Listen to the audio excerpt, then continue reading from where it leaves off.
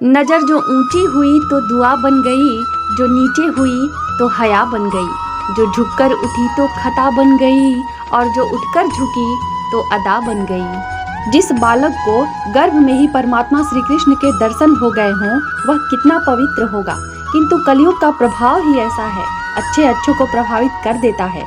वैसे तो जिस दिन जिस क्षण श्री कृष्ण इस पृथ्वी को त्याग कर गोलोक धाम पधारे, उसी क्षण से अधर्म रूपी कलयुग का आरंभ हो गया था। अभिमन्यु के पुत्र राजा परीक्षित के राज्य काल की घटना है। राजा परीक्षित का जीवन काल बहुत पवित्र था। वे कुरु जंगल देश के सम्राट थे। राजा परीक्षित को मालूम हुआ कि उनके राज्य में कलयुग का प्रवेश हो गया है, तो वे सेना लेकर दिग्विजय के लिए निकल पड़े। कली पुरुष की बहुत इच्छा थी कि मैं राजा परीक्षित के शरीर में प्रविष्ट हो जाऊं, क्योंकि राजा जब बिगड़ेगा तो प्रजा भी बिगड़ेगी। सौराष्ट्र में सरस्वती नदी के तट पर कली पुरुष ने राजा परीक्षित का कपट से स्पर्श करने का विचार किया। उसने माया रची। राजा परीक्षित ने एक स्थान पर आश्चर्यजनक दृश्य देखा कि धर्म रूपी बैल के 3 पैर किसी ने काट दिए हैं और बैल एक पैर पर खड़ा है। उसके पास में उन्हें एक अत्यंत मरियल सी गाय रूपी पृथ्वी मिली। उसके नेत्रों से आंसू झर रहे थे। बैल धर्म का स्वरूप है। सत्य युग में धर्म के 4 अंग सत्य, तप, पवित्रता और दया है। सत्य युग में चारों तरफ धर्म का बोलबाला था। त्रेता युग में धर्म का पहला पैर, द्वापर में दूसरा और कलयुग में तीसरा पैर भी कट गया, अर्थात सत्य, तप और पवित्रता रूपी धर्म के 3 पैर कट चुके हैं। अब केवल दान, दया रूपी एक पैर पर ही धर्म टिका है। उसी के बल पर कलयुग में मनुष्य जी रहे हैं। धर्म ने पृथ्वी से पूछा, तुम दुखी और श्रीहीन क्यों हो न हो तुम्हें भगवान श्री कृष्ण की याद आ रही होगी, क्योंकि उन्होंने तुम्हारा भार उतारने के लिए ही अवतार लिया था। अब उनके लीला संवरण कर लेने पर तुम दुखी हो रही हो। पृथ्वी बोली, भगवान श्री कृष्ण ने इस समय इस लोक से अपनी लीला का संवरण कर लिया है।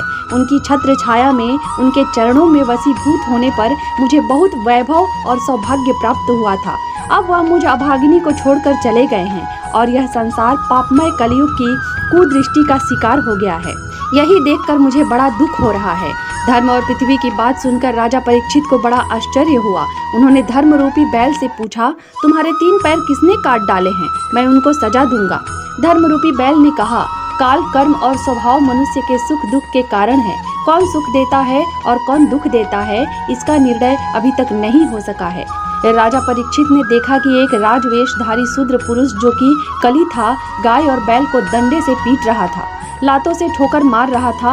राजा परीक्षित को आश्चर्य हुआ कि मेरे राज्य में कौन गाय और बैल को त्रस्त कर रहा है। उन्होंने सोचा कि राजा के राज्य में दुष्टों के उपद्रव से प्रजा त्रस्त रहती है। उस राजा की कीर्ति, आयु, ऐश्वर्य और परलोक नष्ट हो जाते हैं। राजा परीक्षित समझ गए कि यह कली ही है जो गाय रूपी पृथ्वी और बैल रूपी धर्म को त्रस्त कर रहा है। फिर भी उन्होंने उस व्यक्ति से पूछा, अरे दुष्ट, तुम कौन हो? इन्हें क्यों पीट रहे हो?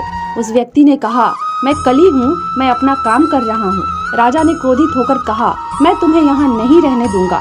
कली ने कहा, पहले मेरे गुण दोष तो सुन लो, तब निर्णय लेना। मेरे युग में धन संपत्ति के लिए भाई भाई लड़ेंगे। स्त्री पुरुष मर्यादा का उल्लंघन करने वाले होंगे। हिंसा का प्राधान्य रहेगा। मानव अल्पायु और अल्प बुद्धि होंगे। लोग मांस मदिरा का सेवन करेंगे। कली की बात सुनकर राजा ने तिलमिलाते हुए तलवार निकालकर कहा, बस हद हो गई। तुम्हारे प्रभाव से तो मानवता ही लुप्त हो जाएगी, अतः मैं तुम्हें मार डालूंगा। कली ताड़ गया कि ये तो अब मुझे मार ही डालेंगे। उसने तुरंत कहा, राजन, मुझ में एक बड़ा भारी गुण है। कली ने राजा परीक्षित के पैर पकड़ लिए और कहा, मैं आपकी शरण में आया हूँ, मुझे न मारिए। वीर पुरुष शरणागत को कभी नहीं मारते। राजा परीक्षित का कली से स्पर्श हुआ और उनकी बुद्धि बिगड़ गई। पापी को सजा मिलनी ही चाहिए, परंतु कली का स्पर्श होने से राजा को कली पर दया आ गई। राजा परीक्षित ने कहा, जब तुम हाथ जोड़कर शरण में आ ही गए हो तो मैं तुम्हें मारता नहीं हूँ, पर मेरे राज्य में तुम नहीं रह सकोगे, क्योंकि इस देश में श्री हरि यज्ञों के रूप में निवास करते हैं। यहाँ धर्म और सत्य का निवास है, परंतु तू अधर्म का सहायक है। कली ने कहा, मैं कहाँ जाऊँ? जहाँ जाता हूँ वहाँ आप ही का राज्य है। मैं आपकी शरण में आया हूँ, मुझे अपने राज्य में रहने के लिए जगह दीजिए। राजा परीक्षित ने कली से कहा, ये 4 स्थान अधर्म के निवास स्थान हैं। जिस घर में जुए का धन आता हो, मांस मदिरा तंबाकू का सेवन हो, पुरुष वेश्यागामी हो, इन 4 स्थानों पर तुम जाके रह सकते हो। कली को इन 4 स्थानों से संतोष नहीं हुआ। उसने कहा, ये तो गंदी जगह है, मुझे किसी सुंदर जगह में निवास दीजिए। राजा परीक्षित ने कहा, आज से तेरा सुवर्ण में निवास होगा, अर्थात अधर्म की लक्ष्मी में तेरा निवास होगा। यह सुनकर कली बहुत प्रसन्न हुआ। उसने सोचा, राजा के घर में अन्याय का धन तो आता रहेगा। वह अदृश्य होकर परीक्षित की बुद्धि भ्रष्ट करने की ताड़ में रहने लगा।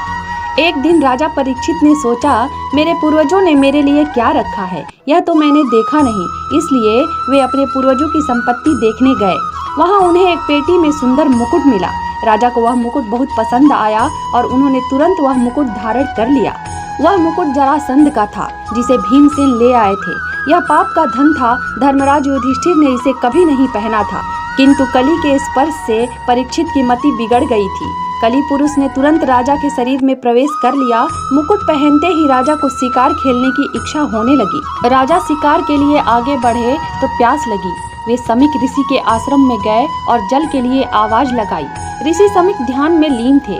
सिर पर कलयुग के बैठे होने की वजह से राजा परीक्षित को लगा कि ऋषि उनका अपमान कर रहे हैं। वे क्रोधित हो गए और ऋषि समीक के गले में मरा हुआ सांप डाल दिया।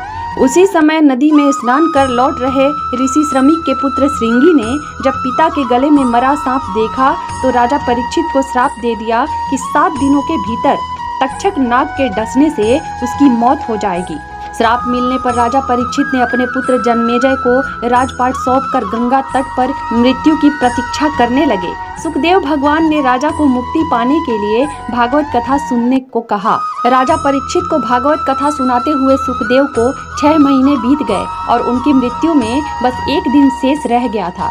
लेकिन राजा का शोक और मृत्यु का भय कम नहीं हुआ। तब सुखदेव जी ने राजा को एक कथा सुनाई। एक राजा जंगल में शिकार खेलने गया और रास्ता भटक गया। रात होने पर वह आसरा ढूंढने लगा। उसे एक झोपड़ी दिखी जिसमें एक बीमार बहेलिया रहता था। उसने झोपड़ी में ही एक और मल मूत्र त्यागने का स्थान बना रखा था और अपने खाने का सामान झोपड़ी की छत पर टांग रखा था। उसे देखकर राजा पहले तो ठिठका, पर कोई और आश्रय न देख उसने बहेलिये से झोपड़ी में रात भर ठहरा लेने की प्रार्थना की। बहेलिया बोला, मैं राहगीरों को अक्सर ठहराता रहता हूँ, लेकिन दूसरे दिन जाते समय वे झोपड़ी छोड़ना ही नहीं चाहते, इसलिए आपको नहीं ठहरा सकता। राजा ने उसे वचन दिया कि वह ऐसा नहीं करेगा। सुबह होते होते उस झोपड़ी की गंध में राजा ऐसा रच बस गया कि वहीं रहने की बात सोचने लगा। इस पर उसकी बहेलिये से कलह भी हुई। वह झोपड़ी छोड़ने में भारी कष्ट और शोक का अनुभव करने लगा। कथा सुनाकर सुखदेव ने परीक्षित से पूछा, क्या उस राजा के लिए यह झंझट उचित था? परीक्षित ने कहा, वह तो बड़ा मूर्ख था जो अपना राजकाज भूलकर दिए हुए वचन को तोड़ना चाहता था। वह राजा कौन था? तब सुखदेव ने कहा, परीक्षित, वह तुम स्वयं हो। इस मलमूत्र की कोठरी देह में तुम्हारी आत्मा की अवधि पूरी हो गई। अब इसे दूसरे लोग जाना है, पर तुम झंझट फैला रहे हो। क्या यह उचित है? यह सुनकर परीक्षित ने मृत्यु के भय को भुलाते हुए मानसिक रूप से निर्वाण की तैयारी कर ली और अंतिम दिन तक कथा का श्रवण पूरे मन से किया।